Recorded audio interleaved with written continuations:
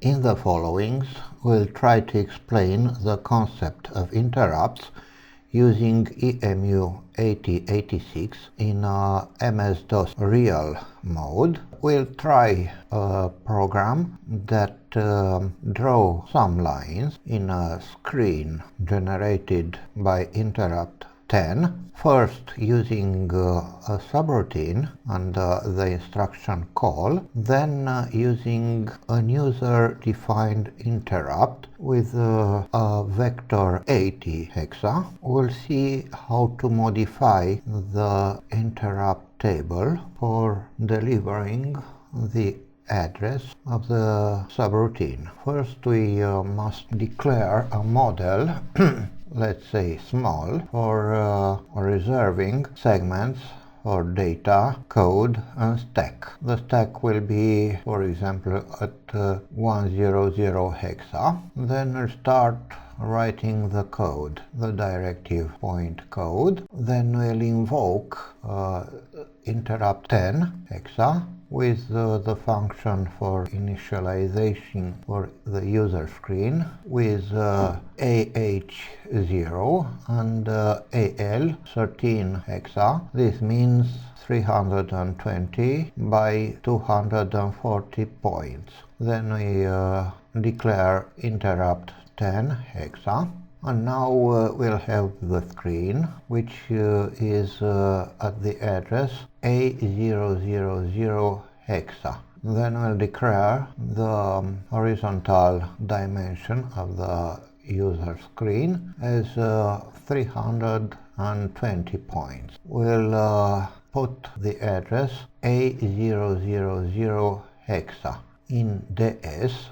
first in AX and then from AX to DS, as it cannot be written directly. Now we establish a pointer in this user screen. We'll use BX and the value will point to the 10th line, column 100. The length will be held in a counter. We choose CX. Let's move 10 to CX. The point color will be in AL. Let's choose 15. This means wine. And then we'll call a subroutine named line O that we'll define further. After this, we'll jump to the end of the program. Now the line O subroutine will repeat this instruction. First we move in the screen at the address given by BX the content of AL. Then we increment the address in this screen, decrement the counter, and if it is not 0, jump to the beginning of the subroutine. When it reaches 0, we'll make a return. Then if we run the program, the line will be drawn. This means that our subroutine is right. Now we replace the call instruction with int and we choose the vector 80 hexa, which is available for the user. The return from the interrupt service routine will be made using the instruction iret. We must now compile again the code with these new instructions. Before running, we have to create the appropriate entry in the interrupt vector table. If our interrupt vector is 80 hexa, then the interrupt service routine address should be in the interrupt table at the address 80 hexa times 4, which means 200 hexa. We inspect the memory there, it will be something random, and in our source code we may find the interrupt service routine address. In our case it is 0720 0017.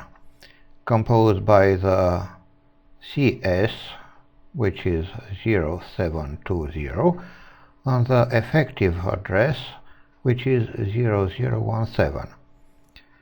So we must write this address in the interrupt vector table with the little endian convention, the least significant byte at the lowest address, and so on. So we write in the interrupt vector table the address of our subroutine at 0000 colon 0200 hexa, the bytes 17002007.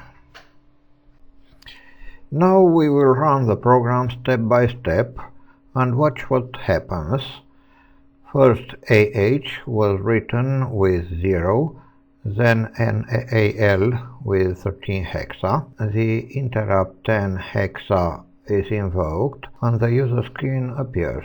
Now the screen address is written in AX and then transferred to DS. The index of the screen memory is written in BX, line 10 and column 100. The points counter CX takes the value 10 and the points color will be 15 in AL. Then the user interrupt 80 hexa is invoked. We can see that the IP is loaded with 0017 and hence a jump is made at the first instruction of the interrupt service routine, where AL is written in the screen memory with the address held by BX. Then the content of BX is increased, the counter is decreased, and if it didn't reach to 0, a jump is made to the first instruction of the routine. The sequence repeats until CX reaches 0, when the IRET instruction is executed, going to the final instruction of the program. If we continue step by step, the instructions after the end label are executed, in our case NOP, until a halt instruction is found and the processor stops.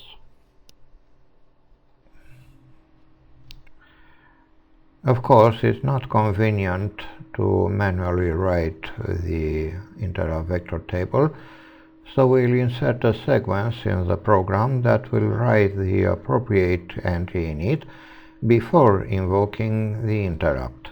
As it is in the data segment in the first kilobyte, we have to put 0 in DS, of course through AX.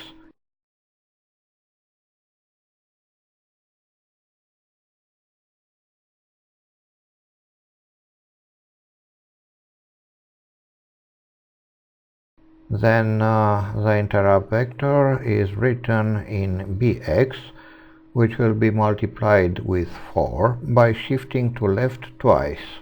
At the address indicated now by BX, we will write as word the effective address of the interrupt service routine.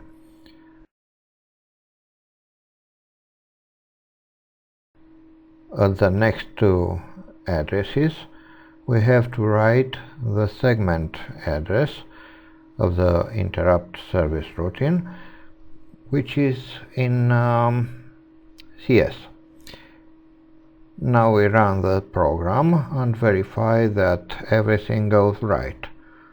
We may also run it step by step and watch the interrupt vector table memory that takes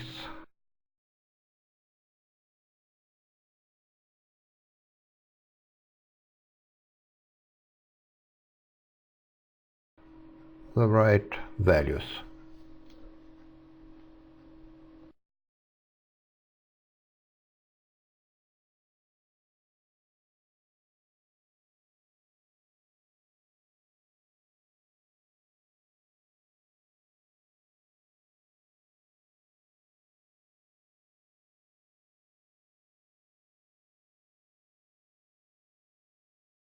Now I should point out two recommendations for this kind of program. First of all, we shouldn't let the program to exit in such an ungraceful way. The standard way is to return control to the operating system by using the BIOS interrupt 21 hexa with the function forC. We may see the interrupt 21 hexa, and the function forC is here.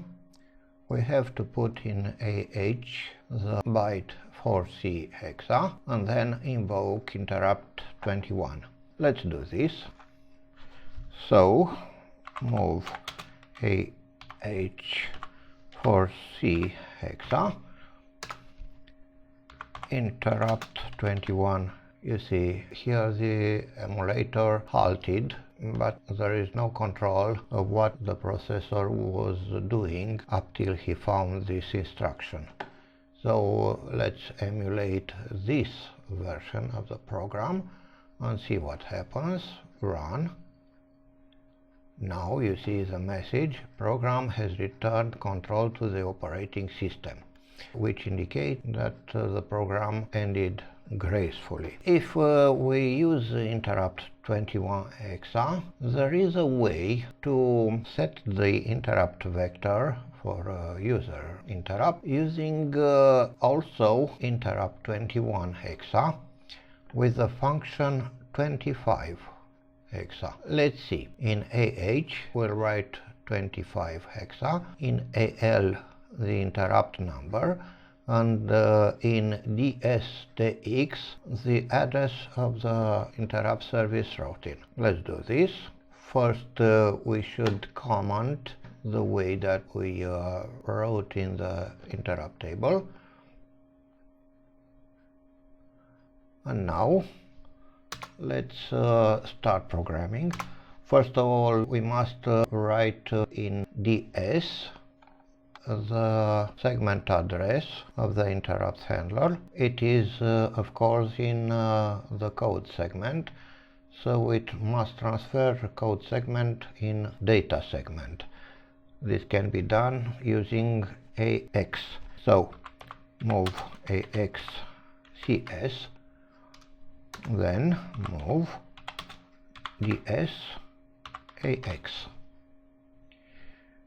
Now we move AH 25 hexa, AL with the interrupt vector, move AL, in our case 80 hexa. And we may see in DX we must have the effective address of the interrupt handler, which is here line O. So move DX line O. Then we should invoke interrupt 21 hexa. Let's emulate and run. Indeed, the interrupt vector table was programmed properly.